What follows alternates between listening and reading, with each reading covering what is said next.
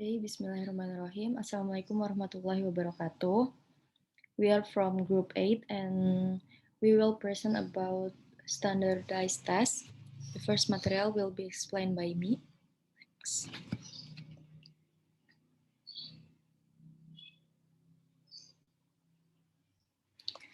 What is standardized test? It proposes certain standard objective or criteria that are held constant across one form of the test to another. It measures the children's mastery of the standards or competencies that have been prescribed for specific grade levels. Jadi, standardized test itu adalah tes yang diberikan kepada siswa dengan cara konsisten. Artinya soal-soal itu tuh dalam tes itu semua sama.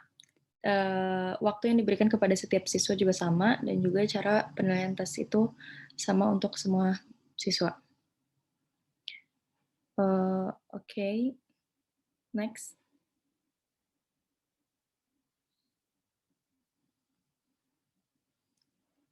Okay, di sini ada advantages and disadvantages from standardized test. First is it is already made professionally validated product that frees the teacher from having to spend hours creating a test, and administration to a large group can be accomplished within reasonable time limits. In the case of multiple choice formats, scoring procedures are streamlined for either scannable computerized scoring and hand scoring with a hole punch grill. For fast turnout time and for better or for worse, there is often an air of face validity to such authoritative-looking instruments. And disadvantage-nya ada inappropriate use of such tests. For example, using an overall proficiency test as an achievement test simply because of the convenience of the standardization. Another disadvantage is the potential misunderstanding of the difference between direct and indirect testing. Some standardized tests include tests to do not directly specific performance in the target objective. For example, before 1996, the TOEFL include neither written nor oral production section. Yet statistics show a reasonably strong correspondence between performance on the TOEFL and students' written and to a lesser extent oral production. And the next material will be explained by Ahmad Rizky.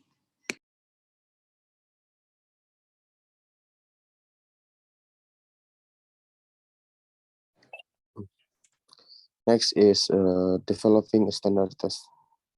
Number 1, to determine the purpose and objective of the test. The content of each test must be designed to accomplish this particular ends, and it must important to be a specialty. Example, its purpose is to evaluate English proficiency of people whose native language is not English. And number 2, design test specification. The step of laying the foundation of the test, a comprehensive program of research must identify a set of instructions underlying the test itself. Example, listening, structured reading, and writing in TOEFL. Its best aren't just started that way. It should include what does it measure, what does it covers, and what material it uses. Number 3, design, select, and range test. One specification for a standardized test have been stipulated. The task of designing, selecting, and arranging tests begin. Next.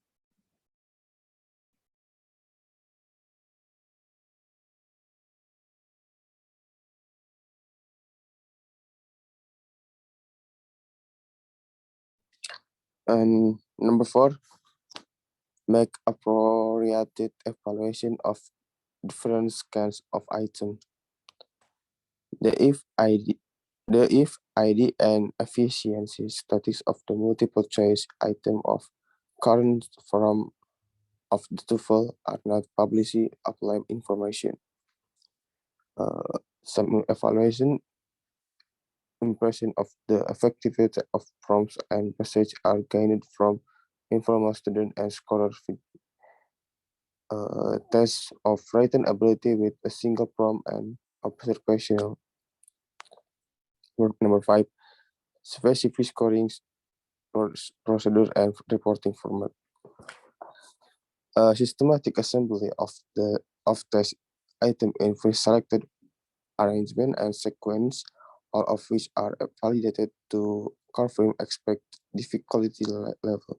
So yeah, a test that can then be scored accurately and reported back to the test takers and instruction efficiently. The most straightforward scoring producer comes from the TOEFL, the one with the most complex issues of validation design and assembly.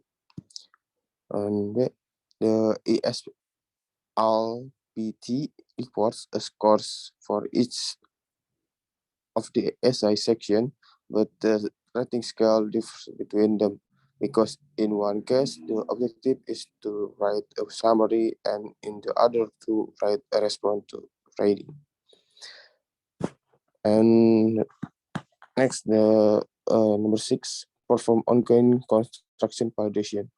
Any standardized test, once developed, must be accompanied by systematic periodic corroboration of its effectiveness and by steps toward its importance. Next.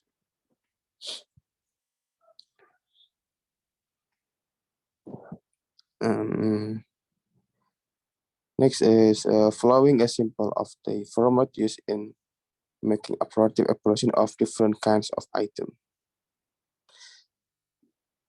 The task was to catch the error in each sentence and to make a test on the experimental portion of the section revealed that a number of the 45 items were found to be of zero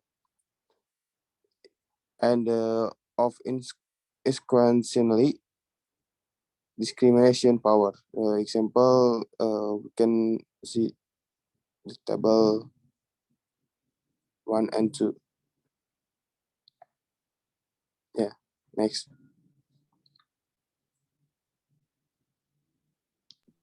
Okay, next material will be explained by Auntie Alfianita. Okay, the next material is about standardized language proficiency testing.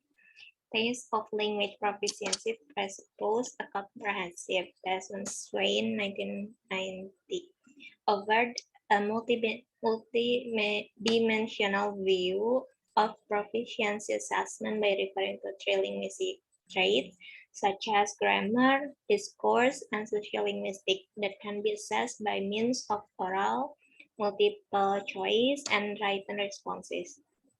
In this case, ACTFL takes a holistic and more unitary view of proficiency in describing four levels: superiors, advanced, intermediate, and 5.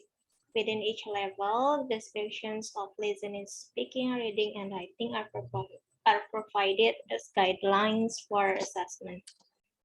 And the next is for standardized language proficiency tests. For commercially produced standardized tests of English language proficiency are described briefly in this section. For the first is TOEFL or test of English as a foreign language. These four standardized language proficiency test itu pada umumnya untuk mengetes overall language ability ya. Tapi marketnya itu beda, kayak misalnya ini TOEFL itu biasanya digunakan almost university in US and college for admission purposes. And kalau TOEFL ini biasanya hanya multiple choice dan essay gitu ya. Dan selanjutnya ada Michigan English Language Assessment Battery or MILAB. Nah, lab ini same, the objective is to test overall language ability, but it mostly used in US, Canadian language programs and colleges, or some worldwide educational as well. Nah, ini tipenya itu paper based ya. Nah, kalau selanjutnya ada International English Language Testing System or IELTS. It mostly used in British, Australia, and Canada, New Zealand also. Tapi nggak jarang juga ada American Academic yang mulai menerima IELTS gitu. Nah, IELTS ini cukup challenging karena berbeda dari TOEFL. Kalau TOEFL nggak ada tes oralnya, kalau IELTS ini ada oral tesnya ya. Dan TOEFL dan IELTS ini bisa computer based atau paper based gitu. Bisa secara komputer atau tertulis. Selanjutnya, test of English for International Communication or VOIC. Ini tuh cakupannya lebih ke worldwide or about business and industry context gitu. Jadi lebih ke tentang pekerjaan atau workplace setting. Ini juga tipenya computer based and paper based version dan hanya multiple choice responses gitu. Jadi nggak ada essay. So in an appendix to this chapter are the sample items from each section of each task. When you turn to that appendix, use the following question to help you evaluate this fourth phase and their subsection, the construction of valid standardized tests, no minor accomplishment, whether the instrument is large or small scale. The designing of specifications alone, as this chapter illustrates, requires a sophisticated process of construct validation coupled with consideration of practicality. The next chapter will elaborate on what lies behind that need for a cautious approach to standardized assessment. So maybe enough for me. Back to moderator. Okay, maybe that's all from us. Sorry if there's anything wrong. If you have any question, you can ask in the comment section.